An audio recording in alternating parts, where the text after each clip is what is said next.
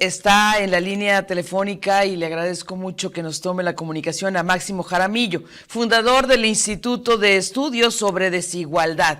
Máximo, primero que nada, gracias por esta comunicación y para poner en contexto a la audiencia, ¿qué es el Instituto de Estudios sobre Desigualdad? Muchas gracias a ti por la invitación, Soledad.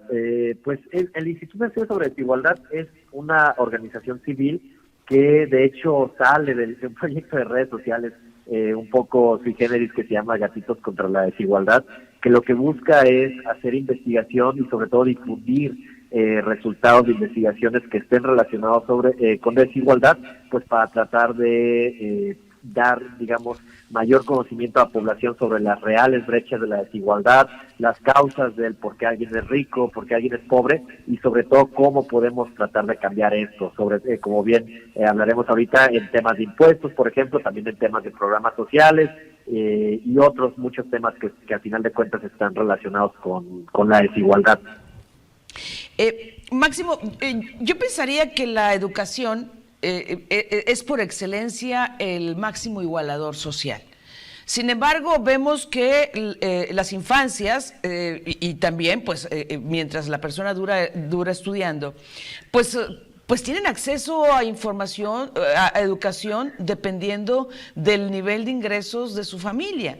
Entonces ahí, para empezar, es la primera interrogante, ¿no? ¿Por qué no tener acceso a una educación donde se utilice mayor tecnología, por ejemplo, que no sea tan diferente la educación privada que la pública? ¿De qué depende esto?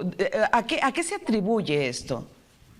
Como bien dices, al final de cuentas entendemos que la educación tendría que ser uno de los principales motores para generar igualdad entre las personas, pero justo el tema es que, como ya decías, el acceso desigual que tenemos a las oportunidades para estudiar, así como no nada más las oportunidades para estudiar, digamos, es muy distinto estudiar en una escuela privada primaria, una escuela primaria pública, es muy distinto estudiar en una universidad tal vez de gobierno, a una universidad privada y sobre todo a una universidad de élite y demás, ¿no? Al final de cuentas hay muchas razones por las cuales el tema de la educación termina generando al final de cuentas resultados distintos entre las personas y curiosamente es justo uno de los motores que más promueven la desigualdad, que la reproducen, pero pues tiene el tema de que dada esta narrativa que muchas veces se nos vende que cualquiera podría estudiar si quisiera,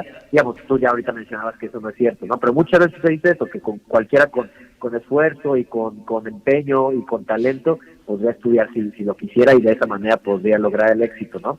Y me parece que justo el tema es que tiene que resaltarse más esto que ya mencionaba sobre las desiguales formas de poder acceder a la educación, pero no nada más a la educación, en general a las oportunidades que hay de vida, ¿no? Muchas veces incluso el acceso desigual a temas de salud, por ejemplo, de nutrición, pues termina generando, digamos, algunos lastres que van por toda la vida y que terminan ensanchando estas desigualdades. Y más allá de eso, también el tema de que pues a veces nos podríamos preguntar por qué el que alguien haya estudiado, no sé, un doctorado frente a alguien que haya estudiado nada más la primaria, ¿por qué es tan amplia el promedio de los ingresos o los salarios que pueden obtener, ¿no? Hay otros países donde estas mismas diferencias de educación generan distancias más pequeñas o más cortas en términos de los salarios que pueden obtener, e incluso entonces a lo que voy es que el mismo tema de la desigualdad, más allá de la educación, sino el qué recibe cada quien, cómo valoramos el trabajo de las personas, también es algo importante en México y también termina generando algunas desigualdades. Ahora, si hablamos de la República y de los estados del norte y los del sur, ¿cuáles representan más impuestos? ¿Cuáles pagan más impuestos? Sí, pues justo el tema lo hemos hablado mucho, yo estoy ubicado en Jalisco y lo hemos hablado mucho en Jalisco porque acá se habla mucho de debatir el tema del pacto fiscal, ¿no? Por parte del gobierno del estado. Y lo que encontramos es que realmente en términos de quién paga impuestos y quién recibe, digamos, por parte del gobierno federal, qué estados reciben y cuánto reciben en términos de participaciones, que es una parte de lo que se conoce como el gasto público que va dirigido a los estados para que estos a su vez lo gasten. Lo que vemos es, por ejemplo, hablando solamente de estados del norte, como son los fronterizos, sumando Zacatecas, San Luis, Sinaloa y Baja California Sur, encontramos que la recaudación que tienen de la recaudación federal participable, se conoce, digamos, lo que a partir de sus actividades en el estado se recauda en términos de IVA, en términos de ISR, es cercano a 900 mil pesos, 900 mil millones de pesos, que es equivalente al 15% de la recaudación total del país, 15%, que eso es 15. Más fácil tal vez de entenderlo. Y lo curioso es que es más que lo que se recauda en los estados del sur. En los estados del sur es menor al 5%, también no me detengo a decir cuál es el sur, pero digamos la parte del sur fronteriza y los cercanos, Oaxaca, Guerrero, etcétera. Creo que el tema sobre todo es que, por ejemplo, en el caso de los estados del norte, aunque se recauda este 15% del total de la recaudación de los impuestos, el gasto que se transfiere para que los estados del norte, los gobiernos estatales ejerzan este gasto, es equivalente al 22% del total del gasto. Entonces se recauda el 15% y se le manda para los estados a que gasten el 22% de esta bolsa que se reparte. ¿Por qué pasa eso? Porque al final de cuentas, pues, por cómo están las actividades en el país, muchas de las empresas que trabajan en todo, que tienen sucursales, digamos, en todo en la nación, pues terminan tributando en lugares específicos o en estados específicos, sobre todo en la Ciudad de México, ¿no? Lo que vemos es que el caso tal cual de la Ciudad de México, ellos tienen el 54% de la recaudación del país, no solo en la Ciudad de México. Entonces, lo que hay que decir es, si bien se le manda un porcentaje mayor del gasto frente a los impuestos que se recaudan a los estados del norte, el tema que interesa con este tipo de redistribuciones es, por un lado, el tema de la solidaridad entre estados, es decir, pues obviamente aunque el 54% de los impuestos se recauden en Ciudad de México, no le vamos a mandar, la nación no le va a mandar el 54% del presupuesto a la ciudad, sino que trata de repartirlo de una manera más solidaria. Y por otro lado, también importante decir que pues al final de cuentas es muy importante también el tema de la recaudación local, ¿no? Aquí el caso, por ejemplo, tal cual de Sonora, es uno de los casos ejemplares junto con otros estados del norte, donde la recaudación local sí es importante. Hay muchos estados, sobre todo en el sur, de Jalisco es uno de ellos, en los cuales la recaudación local es muy baja, ¿no? Y esto también es una razón por la cual los gobiernos estatales normalmente suelen tener pocos recursos. Entonces, el caso de Sonora es muy interesante, recaudan cerca de 1,311 pesos al año en promedio por persona, esto que se conoce como recaudación per cápita, 1,311, que está por encima del promedio nacional y que de hecho ubica al estado en el lugar octavo a nivel nacional en términos de recaudación. Entonces también nada más por abajo de Nuevo León, las Baja Californias, Chihuahua, Quintana Roo y Ciudad de México.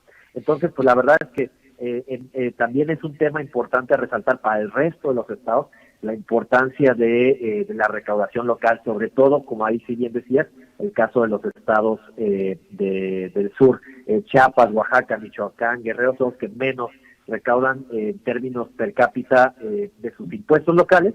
Y bueno, pues al final de cuentas esta es una de las razones por las cuales los gobiernos pues están más empobrecidos y pueden ejercer menores políticas sociales. Ajá.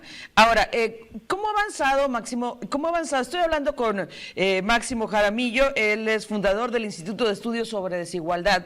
¿Cómo ha avanzado este tema de la desigualdad en México?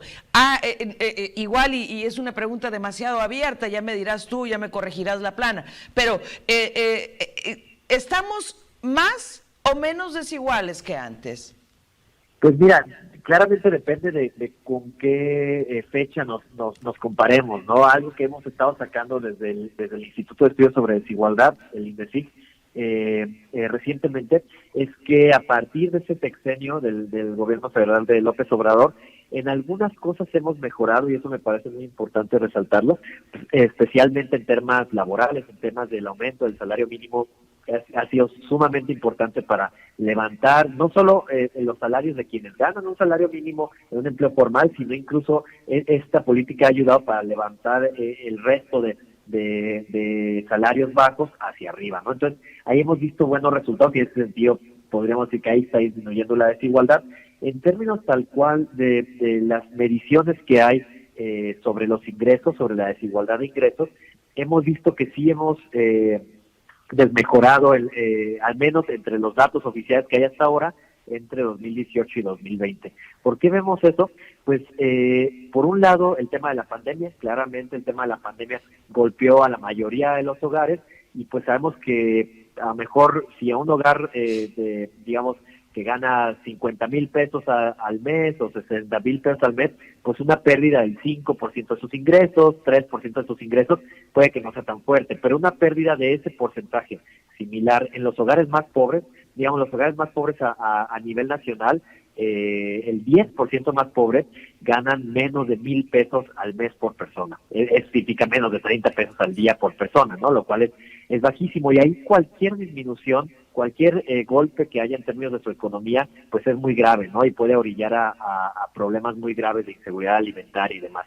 Entonces, lo que hemos visto es que la pandemia claramente tuvo un efecto muy fuerte en los ingresos de los hogares más pobres entre 2018 y 2020, y también lo que vimos es un cambio un poco contraintuitivo a lo que se cree normalmente en términos de los programas sociales.